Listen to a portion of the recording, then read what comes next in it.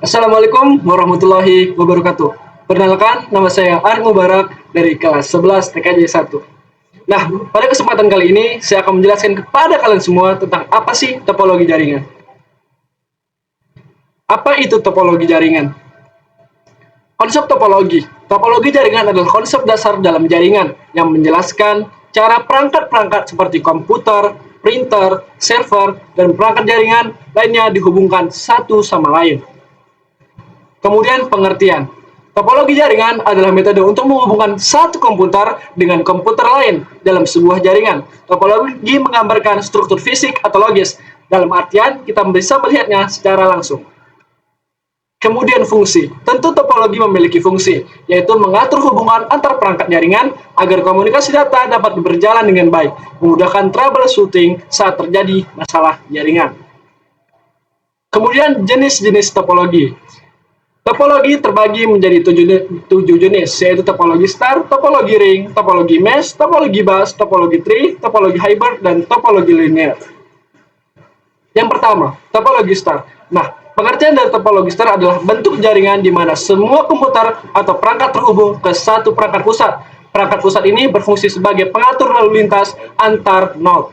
Nah, pastinya topologi star memiliki kelebihan, yaitu mudah dikelola, mudah dikonfigurasi, serta kerusakan satu kabel tidak mempengaruhi yang lain. Kecepatan stabil, mudah mendeteksi masalah. Tentu, topologi star juga memiliki kekurangan, yaitu ketergantungan pada perangkat pusat. Atau dalam artian, satu rusak maka semua akan terganggu. Kemudian kinerjanya terbatas jika pakai hub, butuh manajemen kapal rapi. Kemudian adalah topologi ring. Nah, pengertian topologi ring adalah bentuk jaringan di mana setiap perangkat terhubung ke dua perangkat lain sehingga membentuk lingkaran. Nah, tentu topologi ring juga memiliki kelebihan, yaitu performa stabil, setiap perangkat punya giliran mengirim data. Jadi tabrakan data hampir tidak pernah karena mereka dalam bentuk lingkaran, di mana pasti mereka memiliki yang namanya setiap kesempatan masing-masing untuk mengirim data. Kemudian penggunaan bandwidth lebih efisien dibanding bus karena data mengalir teratur. Lebih mudah diprediksi kinerjanya saat beban jaringan meningkat. Namun juga memiliki kekurangan, sangat bergantung pada satu jalur. Karena sudah saya bilang tadi, mereka itu akan mengirim data sesuai beraturan. Kemudian sulit dikonfigurasi ulang, troubleshooting lebih rumit, kecepatan bisa lambat ketika perangkat di ring banyak. Kemudian adalah topologi mesh. Nah, topologi mesh adalah bentuk jaringan di mana setiap perangkat terhubung langsung ke semua perangkat lain di jaringan. Koneksi bisa full mesh, semua perangkat terhubung satu sama lain, atau partial mesh, hanya beberapa perangkat terhubung langsung. Kemudian kelebihannya, keandalannya sangat tinggi. Jika satu jalur rusak, data bisa lewat jalur lain. Kemudian keamanan lebih baik, komunikasi bisa dilakukan antar perangkat tanpa harus lewat perangkat pusat. Kemudian tidak ada gangguan antar node. Satu perangkat bermasalah tidak mempengaruhi perangkat lainnya. Kemudian performa bagus untuk jaringan penting, cocok untuk sistem kritis seperti militer, penerbangan, atau data center. Namun memiliki kekurangan juga, yaitu biayanya yang sangat mahal. Karena sudah saya bilang tadi, yaitu cocok untuk sistem kritis. Tentu membutuhkan biaya yang sangat mahal, instalasi rumit, perawatan kompleks, serta kurang efisien untuk jaringan skala kecil menengah.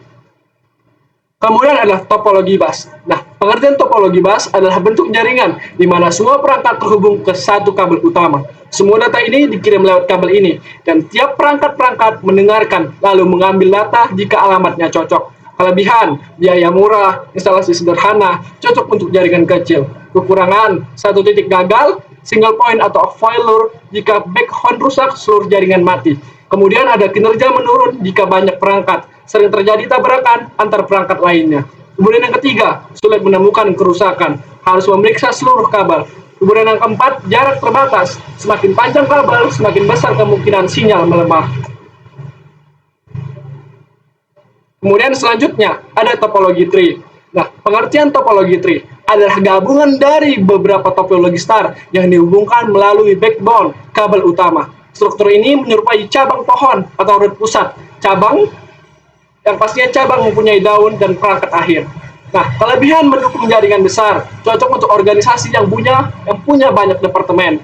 Kemudian mudah dikelola per segmen. Tiap cabang bisa diatur atau diperbaiki tanpa mengganggu sebuah jaringan. Fleksibel, mudah menambah node baru pada cabang tertentu. Kombinasi kelebihan topologi star, stabil dan rapi jika dikelola dengan baik. Namun kekurangannya itu adalah ketergantungan pada backbone, biaya relatif tinggi, butuh banyak kabel dan switch. Instalasi cukup rumit, terutama pada jaringan besar. Jika root switch mati, cabang-cabang terhubung padanya ikut mati. Kemudian ada topologi hybrid. Nah, inilah topologi yang saat ini baru kita dengar. Yaitu topologi hybrid adalah topologi jaringan yang merupakan gabungan dari dua atau lebih yang berbeda, misalnya star, ring, kemudian ada bus, tree, dan mesh ataupun lainnya. Tujuan penggunaannya adalah mengambil kelebihan dari masing-masing topologi dan meminimalkan kekurangannya. Contoh, sebuah kampus menggunakan topologi star di tiap gedung, lalu antar gedung dihubungkan dengan topologi ring untuk redundansi. Kelebihan topologi hybrid adalah topologi jaringan merupakan gabungan dari dua atau lebih topologi yang berbeda, misalnya star, ring, kemudian bus, tree, dan mesh atau lainnya. Tujuan penggunaannya adalah mengambil kelebihan dari masing-masing topologi. Nah, jadi bisa dibilang ini saling menambahkan atau melengkapi, di mana apabila topologi ini mempunyai kekurangan, nah dilengkapi dengan topologi lainnya. Kekurangannya, biaya mahal, karena kombinasi biasanya memerlukan perangkat tambahan dan kabel lebih banyak. Desain dan instalasi rumit, perlu perencanaan matang, teknisi berpengalaman, serta memelihara kompleks semakin banyak. Tipe tipologi ini digabung, semakin sulit perawatannya. Karena sudah saya bilang, dia itu gabungan dari beberapa topologi. Tentu, dia itu akan semakin sulit dan semakin susah perawatannya. Kemudian selanjutnya, yaitu adalah topologi linear.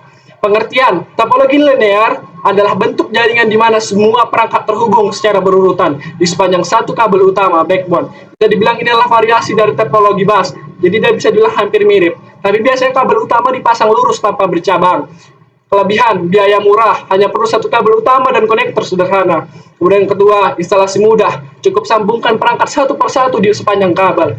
Kemudian yang ketiga, cocok untuk jaringan kecil, ideal untuk jaringan sementara atau percobaan. Kekurangannya pasti ada, satu titik rusak, seluruh jaringan terganggu.